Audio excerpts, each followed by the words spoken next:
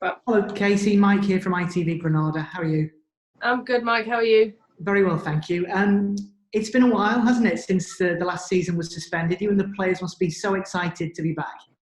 Yeah, I think it's just a case of wanting to get going now. You know, you feel like that every pre-season, but even more so this year with such a layoff and so long without training and playing. It's an exciting time to be able to get back out there and obviously start competing again. It's been a turbulent and uncertain 6 months. Was there a period when you thought perhaps this day might not come as quickly as it has? I think there was always, there was so much uncertainty, and that's not just football, that was life, wasn't it, for a little while. So yeah, of course there was moments when we didn't know what was going to happen with the game, but I think the FA were really good in communicating with us throughout in terms of the timelines and what they were looking at and the testing procedures that we might have to put in place. And we had to do a lot of risk assessments, put protocols in place. But as soon as we got back in for pre-season, I think everything's been really smooth since then. We've just been building up to this moment. Just looking at other sports, for example, the rugby league season only came back a few weeks ago, and already COVID has reared its head at 4 or 5 clubs, and it's causing chaos with fixtures being cancelled, late changes of opponents. Do you think that perhaps it is inevitable that clubs are going to get cases throughout the season, and it's just in football now I'm talking? Do you think it's inevitable and it's just a case of how you manage that? Yeah, I think obviously it's not going away, is it? So all we can do is best safeguard ourselves from the risk. And that's why these protocols are in place. We've been really probably overly strict with our players. And I know the women's game hasn't returned many positive tests, which is really pleasing. It means everyone's doing the right things. But, it's unfortunate, it's a virus you can pick up anywhere, isn't it? So, we are safeguarding our players. We've put protocols in place that are quite extreme, in terms of players not really being able to socialise, not being able to see family.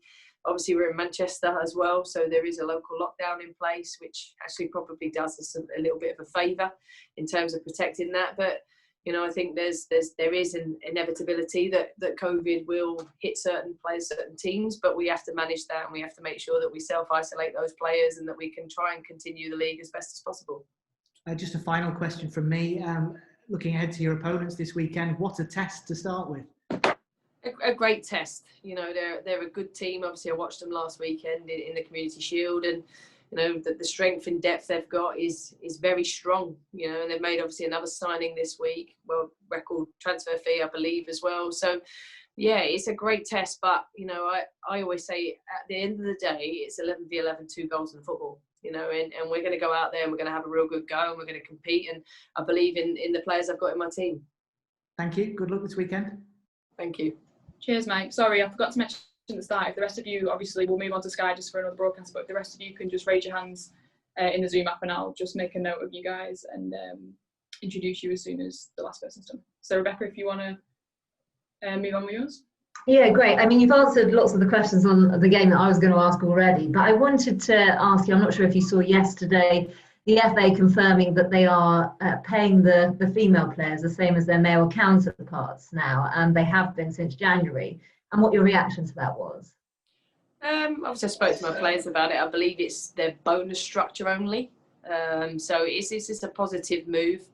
I think, obviously, I'm a realist in terms of equality. I think you get paid the same when you bring in the same revenue. Women's players want the same opportunities, we want the same resources, and it's a great move from the FA, but it is just their bonuses that are equal. And I think until we get more people in the stands, more revenue coming in, more commercial money coming in, then we can start talking about equal pay. That's strange, because when I spoke to the FA, I understood it was a match fee and the bonus, not just the bonus, but you've heard otherwise from players, have you? That's all I've heard from players inside my camp. I don't think they've got the full details yet, to be honest. It was announced, I don't think they had that much information on it, so it's probably not for me to comment really too much, but that's all I've heard. Cool. I just wanted to ask you, obviously, I mean, it's a great move by the FA, but obviously at club level, there is a massive discrepancy, isn't there? Do you think it is time that, female players should be getting paid more, or at least closer to what their male counterparts are earning? No. No, because you look at some of the salaries in the men's game, you're talking 100, 200,000 pound a week. How do we justify that? And when we get 3, 4, 5,000 people in the stand, and we need to invest more money in our marketing, you know, getting more people in the ground, making sure the game is more visible, and obviously getting more commercial revenue back in before we start talking about paying players more towards the equivalent of the men. So, you know, I think there's other areas we can invest in before it comes into the wages. And looking at the WSL, I mean, we've seen some big money signings this window. Do you think it's now getting to the stage where, you know, certain clubs have all the money, I suppose, and then others, there's a big disparity between the different clubs? I think obviously it's quite apparent that some clubs have got bigger budgets than others. I think that's quite clear. But what we believe in at this football club is developing and coaching our players. We believe in the long-term plan and vision that we've got in place. And we're also, this is only our 3rd year in existence. So we are, you know, building it slowly. We've got a fantastic squad. We have, you know, I'm really, really proud of the work we've done in the window and the squad that we've got that's capable of achieving things. And obviously we're looking forward now, and yeah, obviously it's natural. It's in the men's game, you've got bigger budgets at the top than the bottom, you know, and it's showing in the women's game now. And how much of a threat do you think Pernille Harder's going to be? So she's a world-class player, isn't she? You know, I think you watch her play. I played against her when I was a player, and she's a player that's very capable. But what a great test if she plays on Sunday. You know, if I was a player, I'd be saying I want to take that player on and I want to try and match her, compete against her, and try and better her. Perfect. Thanks ever Rebecca. so much. Cheers. Cheers, thanks. Moving on to Emma from the BBC. Hi Casey, hope you're okay. Yeah, good, thanks. How are you? Oh, sorry, Emma, I've just muted you back. So apologies. That's all right. Sorry. Question weren't that bad, was it? Sorry, I meant to lower your hand. Sorry. I've not even started yet. Yeah, I just want to ask a couple of sort of Chelsea specific questions. Obviously, we saw them play against Man City in the Community Shield last weekend. No idea what day it is. What did you make of their performance, and did you sort of sit down with the team and did you go through and analyse that performance in particular? Yeah, I think, listen, we'll always watch those games closely because it's the closest game we can see after lockdown. So, yeah, they're a strong team. You know, they've got a lot of threats going forward, but it's our job now to work out how we combat their strengths and how we exploit their weaknesses. And you know, we worked hard this week on those areas, and it's up to the players to go out and execute on match day. Yeah, you sort of touched on it there, but with these teams like Chelsea and obviously, you know, the Man Cities and the Arsenals, etc., do you have to, obviously, you know, you want to play to your own strengths, and I'd imagine that, you know, you especially want to do that in every game that you play in, but do you kind of have to maybe make some sacrifices against these teams like Chelsea, just in order to kind of minimise their strengths as well? I think we'll always prepare the team to win, no matter who we're playing. So, you know, depending on how we press, depending how we use the ball, in possession, out of possession, how can we hurt them? How can we stop them? You know, how they're going to hurt us, that's one of the key things, and how do we stop that? And then how, when we've got the ball, can we hurt them? And we'll always prepare the players with a mentality to go out there, compete and try and win the game. Yeah, and just on the new signings, because we spoke to you obviously a few weeks ago, they've had a little bit more time now to bed in, so can we expect to see a couple of them make their debuts on the weekend? Yeah, unfortunately, 2 of them have picked up a knock. Lucy was obviously banned anyway from a previous suspension, so she would never have featured this weekend. And Ivana has actually picked up a little bit of a hamstring injury, so she won't feature. But Ona obviously has settled in really well, so, you know, hopefully she'll be looking to make her debut on Sunday. Yeah, and just finally from me, the rumour mill transfer window. Can we expect to see a couple of more, some new faces coming in before the end of next week? As I've always said, I think, listen, the window's open, and it's never right for me to speculate on transfer rumours.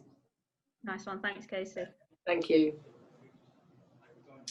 Not seeing any of you guys raise your hand if anyone wants to. Yeah, Mark, off you go. Yeah, Mark. Thanks, Ellie. Hi, Casey. Good afternoon. Hi, Mark. You okay? Interesting to hear you on the pay aspect. Are your views, as far as you're aware, shared by the majority in women's football, or do you think you're your view is a minority?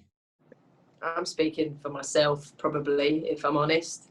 That's my view, having been in the game at the top level for a long time, having grown up in the game where we used to pay to play, and also having been part of teams that have completely collapsed because of lack of financial security. So it's very much a personal view, but I also think it's a realistic view, personally. Thank you. And yeah, last one from me. What are the team's targets, realistic targets this season? I mean, it's been a stunning progress, hasn't it, in your seasons? How do you maintain that momentum, and what do you realistically aim for this season? We keep working hard. You know, we have to work extremely hard. We have to make sure that we are getting enough detail and developing our players on the grass. We are a together team on and off the pitch because we want to keep improving, and we know improving means we've got to start pushing into that top three. We also know all the teams around us and above us have strengthened. So it's going to be a really competitive WSL this year. But, you know, we are, in terms of our ambitions, we want to keep pushing on. So, you know, we've got internal ambitions, but we also know it's going to be a very difficult season in terms of the amount of competition within the league. Thank you. All the best for the weekend. Thank you. Thanks, Mark. I think, Mike, I've just seen you come in a little bit late. Do you want to ask a couple? So Mike from BBC Radio Manchester. Yeah, hi, Casey. Hiya. Forgive me, sorry if you're about to repeat yourself. I apologise No for worries. joining late. Let's start with the brand new season, and what a way to start as well with you taking on Chelsea, the current and reigning WSL champions. Yeah, listen, it's a fantastic game to open our campaign. You know, the champions are champions for a reason. They're a very good team. They've got a good coach. And obviously they've got a very, very competitive squad. We knew we'd get a tough game. We did last year. We got the Man City away at the Etihad. This year it's Chelsea at home. So, you know, I as a head coach, it's great because I don't need to give my players any motivation in pre-season. They're all motivated. They've all worked really hard during pre-season, and we're prepared and ready to compete on Sunday. How much do you think you can push on and really challenge the top of the WSL this season? It was an impressive debut season from Manchester United women, and how close do you think you are to Chelsea, Manchester City, Arsenal? I can't answer that question really until we start playing, if I'm honest. I think in terms of my squads, I'm really happy with it. You know, I've got a group of hard-working players that, you know, want to achieve. I've got a real great winning mentality, and, you know, Sunday will be a real good test to see where we're at.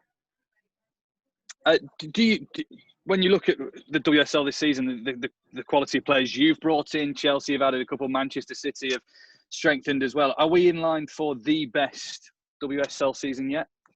Yeah, I think so. I think that's without doubt. If you look at the quality that's come across from all across the world, from Europe, from America, Australia, the players that are wanting to come and play here now. And I think some of it obviously is probably COVID related, but if it means the league's competitive and it means that it's probably going to be one of the most competitive leagues ever, it's great for women's football, and it's great for the game in this country.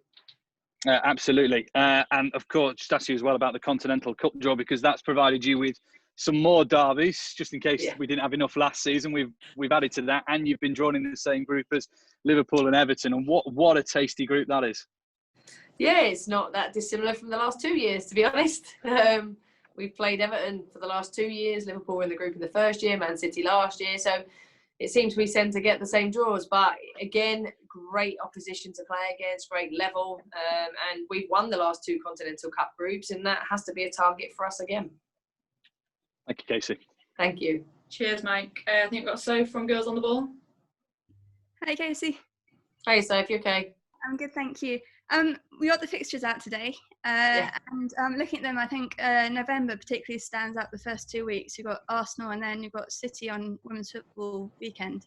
How do you build up to? Is it just about building up towards those 2 games, and especially that Women's Football weekend? Will that be a big showcase?